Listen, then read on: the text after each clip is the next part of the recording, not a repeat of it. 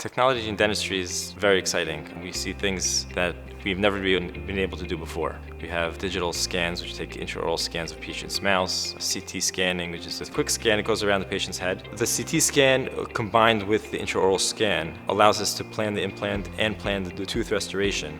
But not only plan the restorations, but actually execute what we planned, using 3D technology, 3D printing, the 3D milling process. Another really exciting piece of technology that we offer in our office is the ability to print surgical guides. So the surgical guide is a tool that allows us to precisely place an implant. There's very little guesswork because all of the work has been done in the pre-planning stage. These guides are produced using very sophisticated software that we have in our office. It allows us to virtually place the implant in the planning process so that at the time of treatment we're very confident and comfortable that there are no surprises. A millimeter in dentistry is like a mile.